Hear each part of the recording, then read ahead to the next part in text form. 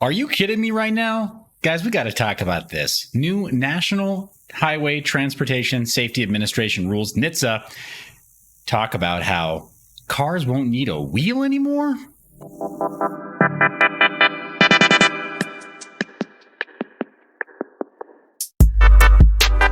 And welcome back to the channel, boys and girls. Hit that subscribe button and make sure you click the bell icon so you're notified when new videos like this come out. Yes, this is not just a clickbait headline. Let me show you exactly what it is that we're covering right now. This is breaking over on Reuters. Just this morning, on March 11th, rather, it says the U.S. eliminates human controls requirement for fully automated vehicles. What does that mean? It means that there's no longer a requirement for there to be even a front seat, let alone a driver's steering wheel or any other controls that a driver would manipulate. It can be just a bare, smooth dashboard, a giant iPad, and a 40-inch TV screen if you want. There doesn't have to be anything there at all. Nothing. At least not according to what these new guidelines are, because it's presumed that in the future we may be riding in vans that look like this, something that's kind of like a Lyft or an Uber that just stops by to pick you up, has a few seats in it, maybe a couple of benches, maybe they all face the center, maybe the people who are at the front of the vehicle are actually facing backwards, a la suicide doors or whatever, so everyone can just chat around a round table, maybe play a game of chess or something, or watch a movie, or just, sit down to a meal while they're in transit. But the point is, it's happening, and it's happening now. We're getting dangerously close to needing to implement Isaac Asimov's 3 or 4 laws of robotics to these vehicles. Now, they're not being spoken about in that way, but the reality is right here, right? It's right in our faces. But here's some of the highlights here, guys. It says that automakers and tech companies have faced significant hurdles in deploying them because of the safety standards written decades ago that assumed people are in control. Well, I don't think that's actually the biggest problem that they've had. We're going to go over that in this video. And specifically, there's a reason that I chose to go with this title here. In my estimation right now, it is too early.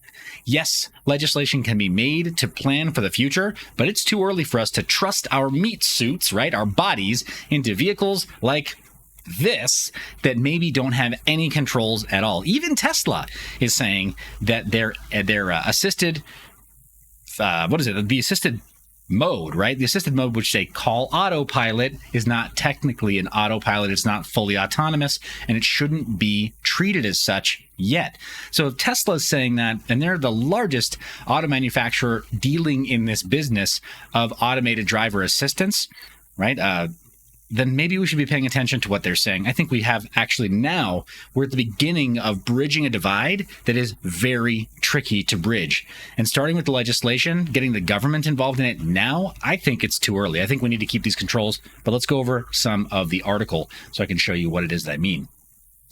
Apparently GM and its self-driving technology unit, Cruise, they petitioned NHTSA for permission to build and deploy a self-driving vehicle without any human controls like steering wheels or brake pedals.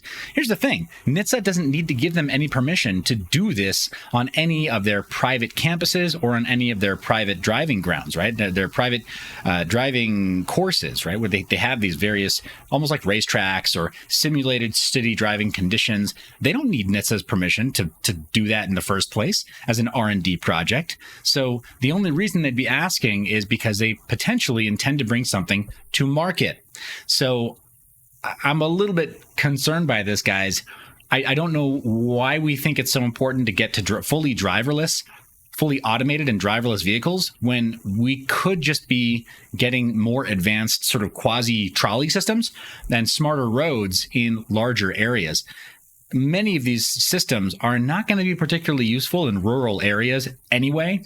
And so if that's not your demographic, then why are you trying to make it fully autonomous? Why would it need to even be privately owned when you could do something along these lines to improve the public infrastructure so that average citizens just have greater access to a broader range of transportation options out past the major thoroughfares and the major hubs, right? The highways and the larger thoroughfares of larger cities, right? The crossroads, the main streets, and the center streets of all the major cities. Why aren't we just figuring out a way to filter human bodies out like that in public infrastructure? Because this is not making sense to me. But again, I digress. Let's jump back into their article here.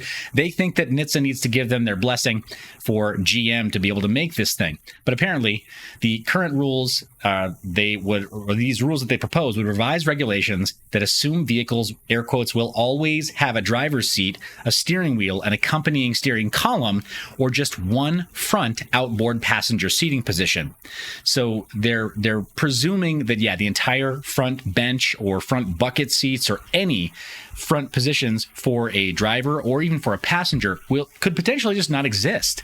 Think of it as like a reverse pickup truck where all of the load is being carried in front and the humans are being carried behind to make the entire vehicle akin to like a giant crumple zone. Now, I get it. We could be designing vehicles more like this right now. We actually don't need to have humans sitting so far forward in order to drive. We could just do assisted driver technologies like better cameras, right? And using instead of glass at the front of a car, we could be using something else. If we really wanted to move that direction, we could be sort of building in that direction, or leaving the glass windshield and putting cameras out farther ahead of the glass windshield so that drivers have assistive vision while driving. I mean, clearly, if we think it's okay to give a computer or a robot assistive vision, why wouldn't we think it's okay to give humans assistive vision while driving? I'm becoming, if you can tell, I've got a little bit of bias here. I've got a bit of an anti-automated driver system bias. I'll just admit it, but I think there are serious dangers, and we're not considering how dangerous it really is to just scrap the idea that people should be in control of their own transportation, their own bodily transportation. Mass transit, fine. We give that up to a professional driver or to a system that's literally on rails. So it's really hard to mess up, actually. But we haven't given it to fully autonomous robots or fully autonomous systems yet. So apparently the new rules, they were proposed in March of 2020, but this is happening. It's getting through the approval process. It says that vehicles must provide the same levels of occupant protection as human-driven vehicles. That should also go without saying. But again, I think we're getting into that point of needing to implement 3 laws or robotics laws that then are written into any kind of public safety legislation that applies to them here in the United States and internationally, where these machines need to have as a priority the protection of human life, and whenever possible, the preservation of the machines themselves, right? To cause minimal damage to public infrastructure and to cause minimal damage to private infrastructure, right? So, I don't know. I think it's more involved than just saying, well, you don't need a steering wheel anymore because people obviously don't want to sit in the front seat and drive. That's so tough. Heaven help the next generation. I mean, millennials already can't drive stick. Next generation might not even know how to drive at all. Come on. Nah, I don't feel super comfortable when I get to the age when somebody else decides that I'm just too old, too much of a burden on the system. I'm not going to put myself into a machine that could maybe accidentally drive off a cliff with me in it. No, thank you. I don't like this trend. I looking forward to that age. I look forward to being old and gray, and very happily so. Thank you very much. But apparently NHTSA said that existing regulations do not currently bar deploying automated vehicles as long as they have a manual driving controls, and it continues to consider changing other safety standards. Manufacturers can still petition NHTSA for an exemption to sell their ADS-equipped vehicles.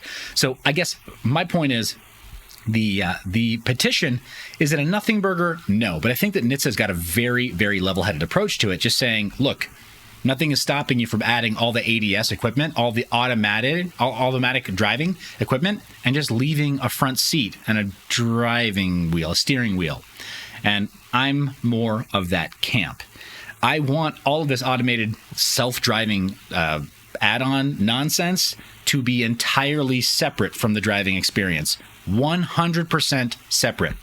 I do not want to wind up, for example, like some of these people who just didn't figure out that their system was failing, that the automatic driver system was failing, and that they were about to be involved in a high-speed accident or cause a high-speed accident because they were using the driverless autopilot mode. Apparently, this is just one story where it resulted in loss of life, and it's not the only one, of course. And this is just within other private citizens, right, on the road driving their vehicles. It actually gets worse. Here's the same news outlet, Reuters. I mean, to talk about speaking out of both sides of their mouth, this is just late last year, where apparently in 2021, the U.S. or NHTSA had identified at least 12 accidents where Tesla was involved, their autopilot mode was involved in crashing into emergency vehicles. Not other drivers, emergency vehicles, EMS, fire, police. Tesla's autopilot mode could not prevent a public incident here with public servants. I mean, thankfully, of all those, I'll run down the stats for you really fast. About 17 people were injured, and one person died. The point is, in at least one of these situations, it was while a police officer was parked on the side of the road in order to help a disabled person. And then a Tesla crashes into his car.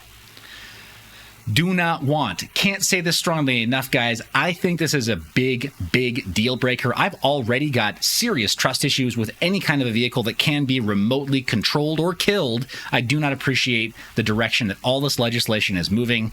I personally think we should be looking at retro mod. Huge shout out to Jerry Rig Everything, who is rebuilding his own electric Hummer from scratch, doing a retro mod essentially. So working on something that's a bit older, but modifying it to be a full electric drive. I think that's the correct way to do it. Don't give any control of your personal autonomy, freedom, or safety to a third party that can just basically turn your vehicle into an RC hobby car. Anyway, that's my take on it. You may have a different opinion, and I want to hear it, guys. Chat is out of control, and I am absolutely here for it. Tell me what you think on this topic. Links to all the articles that I just discussed are in the description of this video, but I want to know what you think. Are you a Tesla fan? Do you like the sort of autopilot, semi-driver dependent experience? Are you looking forward to being able to jump into a car that has no steering wheel and just sit around a round table and chat with some friends while you're out on the town? Is this an experience that you think we should get to sooner rather than later? Tell me your thoughts, guys. You know I'm definitely willing to hear counterpoint, and I'm definitely willing to hear from you that I'm wrong on this topic. So looking forward to that, guys. Appreciate you watching to the very end of the video, clicking that thumbs up, being subscribed, sharing it, of course, so other people can watch this as well. You're the reason I make this media. I love your face. Remember to stay private and mind your biz. Thanks for watching all the way to the end of the video. Remember to check out mineyourbiz, where you can sign up for Mind Your Biz Insiders, our occasional newsletter where we don't spam you, but we do send out occasional important information, including flash sales and important deals on privacy-preserving technology. This is one of the ways that we can talk to you without censorship and without the oversight of third-party media platforms. You can also check out the new Mind Your Biz phone, as well as merch, or sign up to become an affiliate for anything sold directly on the mineyourbiz website. You can earn a percentage of anything that we sell. Thanks for watching all the way to the end of the video. You're the reason I make this media. I love your face. Remember to stay private and mind your biz.